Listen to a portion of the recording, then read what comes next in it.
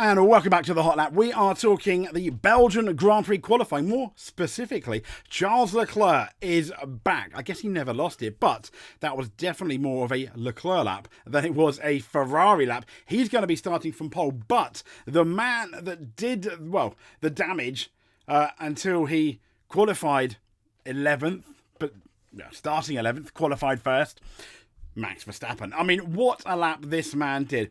He was the master of Spa.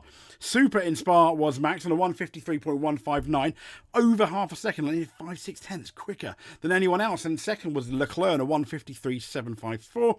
In third was Perez on a 153.765. It was quite close between both Leclerc and Perez, who will be starting on the front row.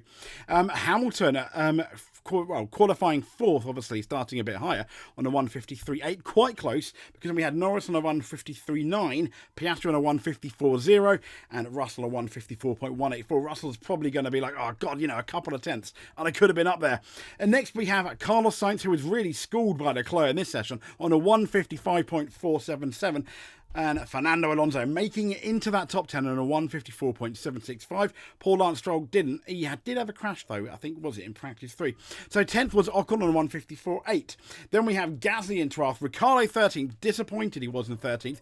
Bottas in 14th. Stroll disappointing in 15th. Hulkenberg not quite making it into Q2 or out of Q1, and Magnussen 16th and 17th, disappointing, and normally they're quite good in the wet. Sonoda 18th, Sargent 19th, Zhao in 20th. When we actually look at the actual grid, here's the grid. So Leclerc on pole. Next to him is Sergio Perez. Then third is Lewis Hamilton. Fourth is Lando Norris. Fifth and sixth is Piastri and George Russell. Seventh is Sainz. Eighth is Alonso. Ninth is Ocon, rounding out the top 10 because Max Verstappen's penalty, he was fastest, remember, is Alexander Albon. And there is your fastest man in qualifying, number one, Max Verstappen, 6 tenths. It's going to be interesting. Can he win? 11th is Verstappen, obviously. 12th, Gasly. 13th, Ricciardo. 14th, Bottas. 15th, Stroll. 16th, Hulkenberg. 17th, Magnussen. 18th, Sargent. 19th, Zhao. And 20th, Sonoda, with quite the big penalty. I think, what was it, 60 places in the end? It was absolutely crazy, wasn't it? So let's then, Pirelli have come out and said for a third year in a row, which I thought was quite interesting, Max Verstappen will not be able to enjoy the benefits of being the quickest guy on the track, the quickest guy in qualifying even. He still managed to win here for the past 2 years. Can we expect him to win from there? Possibly. This is the gap here. If I just roll it back a tiny bit on Twitter from ESPN. I mean, look, you got Hamilton there. You got Hamilton, Perez and Leclerc very close together, less than a tenth apart. And then you've got Max Verstappen. That is the 6 tenths in visual form from ESPN. What I thought was interesting here is a Lights Out blog on their Twitter. Is the sector time. So the fastest sector 1 was Ocon, second was Verstappen. Now, sector 2, where you need your downforce, you need all the downforce you can get, but it was wet as well. And arguably, it was the skills of Verstappen on a 50.837. And third, Piastri on a 30.190. Really, sector 1 and 3 are all about speed. Sector 2 is all about the downforce. But it is wet, so there's a bit. But if you remember last year, McLarens were really, really good in the middle part of the lap because they had that downforce. In the race, they went backwards, but they qualified well as a result. It is the faster way around the track, maybe not the best race around the track. And that's the one thing that concerns me if you're Max Verstappen. He has a really fast car. He was really good in the wet.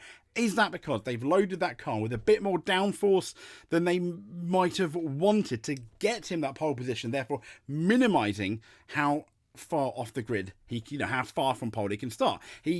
Because he got pole, he starts 11th. That's the best scenario for Max Verstappen. But because he might not be the fastest in sector 1 and sector 3, could that then be an issue for overtaking for the race? Maybe.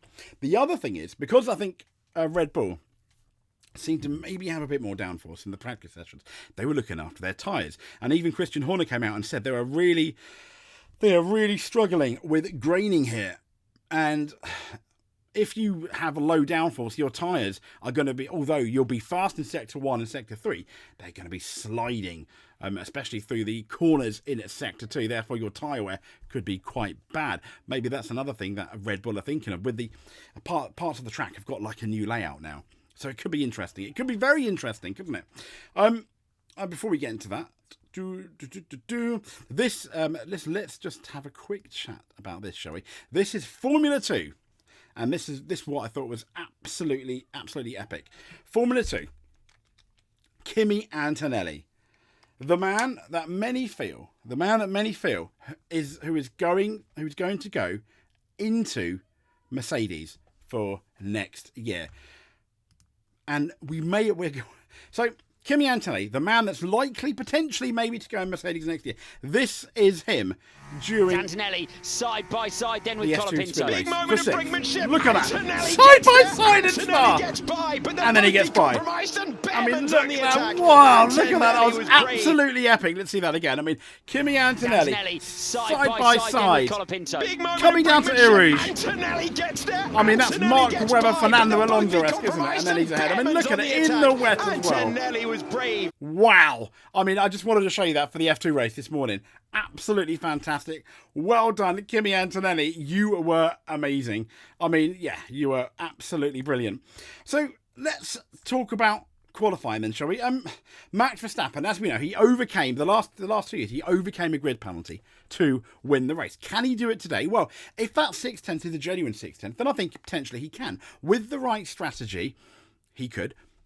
Even without a safety car, he's done that in the past. He might need a really, really good start not to be held up. But even without a safety car, I think there is the potential there. If he has a safety car and he's a bit lucky with it, absolutely he can win it. Sergio Perez, I think, is also a massive winner from qualifying, simply because credit where credit is due. It was not looking too great in practice 1 and 2. It wasn't looking too great at times in qualifying, but then he has qualified second on the grid, third in qualifying, but second on the actual grid when we go. People are questioning, though, is this too little, too late? Maybe. Because one thing, I was listening, I think, to one of the podcasts. I forgot who it was. I think it was The Race, maybe, or Autosport. But they suggested something that I thought was quite interesting. And one thing they said is the issue with Sergio Perez, even if he has an amazing race in Belgium, is his inconsistency. So he has a good race in Belgium, then we have the summer break, go to Zandvoort, and then he doesn't get to gets out of Q1 again, doesn't make it at Q2 and Q3, which unfortunately is a likely scenario. And that, I think, is the massive headache that's going to happen, even if, for example, he goes gangbusters and wins the race. Now, revealed ahead of qualifying at Spa, Red Bull are supposedly going to hold a shootout test between Daniel Ricciardo and Liam Lawson at Imola next Wednesday, as thoughts turn of who may replace Perez for the second half of the season. Decision time is potentially coming, which is interesting news there. But there we go. So Charles Leclerc, also absolutely fantastic. Really, really good. Up there now on pole position. Another pole for Leclerc. But can he actually, as in Monaco, can he convert another pole to a win? You'd like to think it's fairly unlikely, with potentially McLaren, Mercedes and Red Bull looking the faster cars in the practice sessions. But you got to be in it to win it, and he starts on pole. He's the man to beat at the moment. Now, McLaren, I think, are going to be very, very sad. They thought they had Verstappen right where they wanted, starting down in that midfield, and I think anyone would have fancied their chances. However, they didn't qualify too great, did they? And Red Bull, it's going to be interesting to see how fast that Red Bull is tomorrow. Carlos Sainz, I can't help it, it's going to be a bit disappointed. And as I mentioned, Haas, very disappointed for them too. Not particularly great. I mean, McLaren paid the price of setup trade-off in the wet Belgium Grand Prix qualifying, is what one of the headlines said. What they have done, though, is banking on a setup optimised for what is a dry race. Now, that's something that I think is quite interesting, because that's the opposite of what they did. So they kind of knew they were going to take a hit in qualifying. McLaren are fast on the straight. Is that something that Max Verstappen didn't do? This is what's so fascinating. This is what's going to be so fascinating for the actual race. I mean, they settled for 5th and 6th in Q3, and Stella made sure not to compromise its race day performance by adding too much downforce in those wet conditions, which would, and has shown last year, to help McLaren by bucket loads. But Max Verstappen has said it's going to be quite hard to win, but it's going to be interesting, isn't it? He was really confident in that middle sector, which suggests that it was either Amazing Max or it was a combination of Amazing Max and a bit more downforce. We are not going to know until the race. Yeah, I can't wait. It's going to be exciting. So, if you like what you see, please give us a subscribe if you haven't. Keep you up to date. Hit that notification button. Oops, I just hit the mic. Don't do that. Hit the notification button if you want to see more videos and be notified. We do Formula 1, do Wheelie Rally, we're going to do a bit of touring car as well, a bit of gaming. So we will have our full race review out probably tomorrow evening after we watch the race. Is it going to be as controversial as Hungary? I don't know. But Leclerc is most certainly back on Saturday. What is going to happen on the Sunday? I'm excited. Speak to you soon.